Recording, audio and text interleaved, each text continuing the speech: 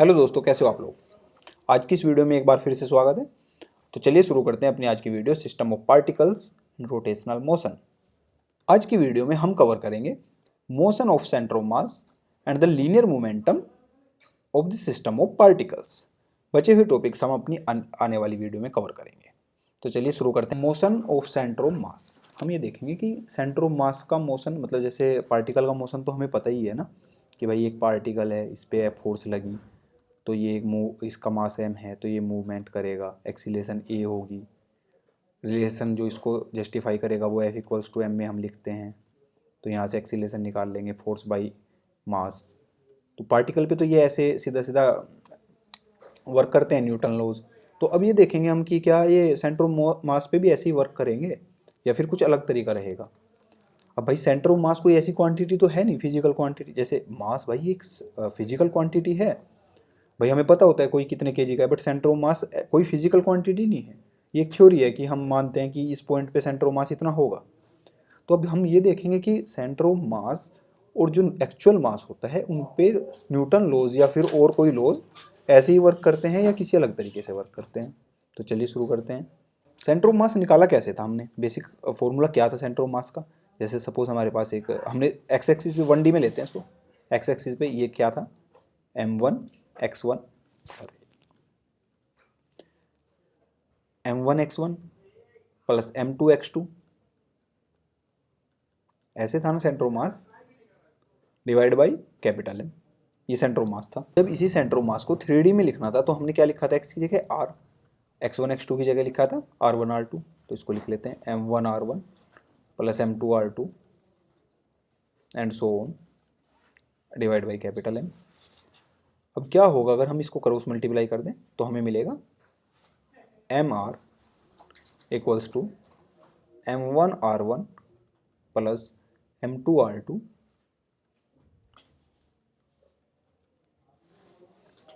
And so on. अब अगर हम इस पूरी इक्वेशन को डिफ्रेंशिएट कर दें विद रेस्पेक्ट टू टाइम, और differentiate with respect to time,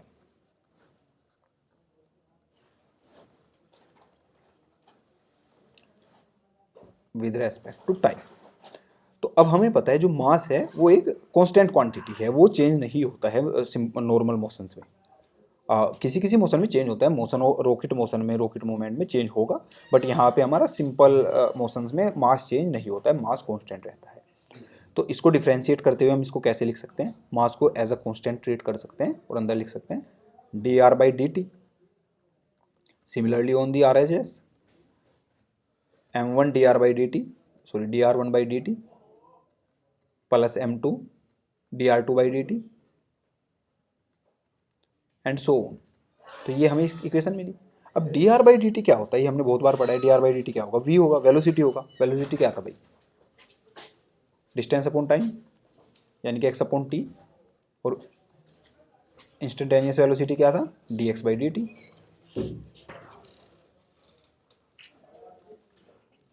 dx/dt दो तीन बार पढ़ चुके हैं, बहुत सारी जगह पढ़ चुके हैं। तो यहाँ पे m dr/dt को क्या लिख देंगे हम, mv।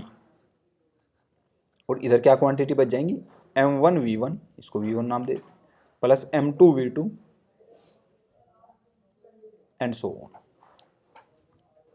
तो हमें क्या मिला, mv equals to m1 v1 plus m2 v2 plus dot dot dot, ऐसे मिला जितने भी पार्टिकल होंगे। अब mv कौन सी क्वांटिटी है, याद करिए थोड़ा सा, ये है momentum. p equals to mv पढ़ा था हमने। तो इसको क्या लिख सकते हैं, capital P equals to P1 plus P2 and so on. अब अगर हम इसको एक बार और डिफ्रेंशिएट कर दें विद रेस्पेक्ट टू टाइम तो हमें क्या मिलेगा, या फिर कहें हम इस वाली इक्वेशन को डिफ्रेंशिएट कर दें again with respect to time, तो हमें क्या मिलेगा, तो हमें क्या मिलेगा, यहाँ से हमें क्या पता लगता है कि जो इसको भी अभी एक लाइन को डिस्कस करेंगे, पहले एक बार डिफ्रेंशिएट कर दें with respect to time again, differentiate with respect to time. अब अगर हम ये करेंगे, फिर से मास को कांस्टेंट रखेंगे, m dv/dt equals to m1 dv1/dt plus m2 ये m1 है यहाँ पे, m2 dv2/dt and so on. अब अगर हम ऐसा करते हैं और dv/dt कौन सी क्वांटिटी होती है हमें पता है, एक्सीलरेशन को बोलते हैं dv/dt।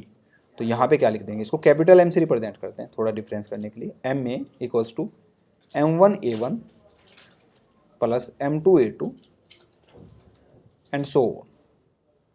तो m में क्या है, ये force, total force, centre of mass पे जितनी फोर्स लग रही है, ये क्या है इंडिविजुअल पार्टिकल पे, यानी कि F1 F2 ये वाली फोर्स है। तो हम क्या कह सकते हैं यहाँ से कि जो टोटल फोर्स है सेंटर ऑफ मास पे लग रही है वो सब का, सारी फोर्सेस का वेक्टर सम है। तो अब हमने ये क्या किया और हमको यहाँ से क्या मिला, ये बेसिकली हमको दो चीज़ें मिली, एक ही इक्वेशन मिली, एक ही इक्वेशन मिली। तो ये वाली इक्वेशन जो है ये हमें बताती है कि लीनियर मोमेंटम जो है सेंटर ऑफ मास का, वो इंडिविजुअल लीनियर मोमेंटम जो होगा पार्टिकल्स का उनके सम के इक्वल होगा। और ये बताती है कि जो टोटल फोर्स होगी वो इंडिविजुअल पार्टिकल पे जो फोर्स होगी उसके इक्वल होगी। अब अगर हम यहाँ पे देखें कि हमारे पास जो इंडिविजुअल पार्टिकल था तो वो इतनी फोर्स एक्सपीरियंस कर रहा था, पार्टिकल 1 पार्टिकल 2 इतनी, पार्टिकल 3 इतनी, और क्या रिलेशन फॉलो कर रहा था, एम ए का। और जो सेंटर ऑफ मास है वो इतनी फोर्स एक्सपीरियंस कर रहा है और रिलेशन कौन सा चल रहा है यहाँ पे भी, एम ए। यानी कि हम कह सकते हैं कि सेंटर ऑफ मास भी सेम तरह से बिहेव कर रहा है जैसे हमारा नॉर्मल मास करता था। अगर हमारे पास एक इरेगुलर बॉडी है ऐसी और कोई हमें कहे कि इसका सेंटर ऑफ ये जो इसका मास है, टोटल मास है वो है 25 kg, और जो इसका सेंटर ऑफ मास है, सेंटर ऑफ मास वो लाई कर रहा है वन डायमेंशन में ले लेते हैं, x इक्वल्स टू 10 सेंटीमीटर पे या फिर 10 मीटर पे। अब इस पर एक फोर्स लगाया F इक्वल्स टू 20 न्यूटन। अब ये मूव कर गया और ये पहुंच गया x इक्वल्स टू 50 मीटर पे। तो बताइए इसकी एक्सीलरेशन कितनी थी। तो पहले तो एक्सीलरेशन नॉर्मल हमें फॉर्मूला क्या बताया, F equals to m a, ये फॉर्मूला हमने पढ़ा था। तो सेंटर ऑफ मास के केस पे भी यही फॉर्मूला अप्लाई होगा। तो यहाँ से एक्सीलरेशन कैसे निकल जाएगी, force upon total mass. Force कितनी है 20 न्यूटन, टोटल मास कितना है 25, 0.8 मीटर पर सेकेंड स्क्वायर। अभी इसका कुछ काम नहीं था, ये दिया था, आगे और भी चीज़ें पूछें तो उसके लिए ज़रूरत पड़ जाए। तो बेसिकली इन चीज़ों से हमें ये पता लगा कि जो सेंटर ऑफ मास है उसका मूवमेंट सेम वैसे ही होता है जैसे कि नॉर्मल मास का होता है। तो चलिए अपना अगला टॉपिक देखते हैं, linear momentum of A system of particles. वाह कितना अच्छा टॉपिक है ये।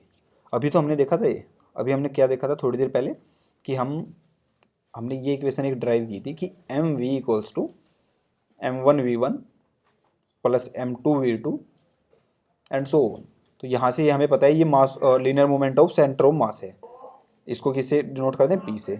और ये था linear momentum of individual particle p1 p2 p3 and so on. तो यहाँ से हम क्या कह सकते हैं कि जो सेंटर ऑफ मास का लीनियर मोमेंटम है वो है p equals to m v. तो भाई ये था linear momentum of centre of mass, या फिर कहें linear momentum of system of particles. इसको ऐसे रिप्रेजेंट किया था हमने। और इसको कैसे लिख सकते हैं कि the product of total mass into velocity of centre of mass, velocity of centre of मास, क्योंकि ये जो वेलोसिटी है किसकी है, सेंटर ऑफ मास की है। तो अगर हम इसे डिफ्रेंशिएट कर दें विद रेस्पेक्ट टू टाइम, पहले की तरह differentiate with respect to time, तो हमें क्या मिलेगा, dp/dt इक्वल्स टू m, मास तो कांस्टेंट है, dv/dt। तो फिर से हम वहीं पे आ गए, ये dv/dt क्या है, एक्सीलरेशन। तो यहाँ से क्या लिख सकते हैं हम इसको, फिर से यहाँ से इसको क्या लिख सकते हैं, dp/dt equals to m a, mass into acceleration, m a mass into acceleration. तो जो ये हमें लीनियर मोमेंटम में इक्वेशन मिली वो क्या थी कि dp/dt इक्वल्स टू एम ए, और जो ये एम ए है ये क्या होता है, फोर्स। कौन सी फोर्स, एक्सटर्नल फोर्स, हमेशा ये एक्सटर्नल फोर्स ही होगी, एक्सटर्नल फोर्स। तो d p by d t equals to m a, इसको लिख देंगे d p by d t equals to f external, f external. यानी कि इस बॉडी पे ये अगर कोई रेगुलर बॉडी भी है और इस पे एन नंबर ऑफ पार्टिकल्स हैं, इनकी असेंबली से ये बनी है, तो इस पे जो एक्सटर्नल फोर्स लगेगी तो इसके लीनियर मोमेंटम में जो चेंज होगा वो इसकी एक्सटर्नल फोर्स पे डिपेंड करेगा, इस पे जो एक्सटर्नल फोर्स लगेगी, ना कि force between these individual particles, क्योंकि ये एक तरह से इंटरनल फोर्स हुई इस बॉडी के लिए। तो ये जो एक्सटर्नल फोर्स लगेगी उसकी वजह से चेंज होगा जो भी लीनियर मोमेंटम चेंज होगा। अगर एक्सटर्नल फोर्स जीरो होती है, कोई भी फोर्स नहीं लगती है, तो d p by d T क्या होगा, जीरो। अगर D p by d T zero है, इसका मतलब क्या हुआ कि पी कॉन्स्टेंट है, यानी कि लीनियर मोमेंटम कॉन्स्टेंट है। तो ये हुआ law of conservation, law of conservation of linear momentum, of linear momentum of system of charges.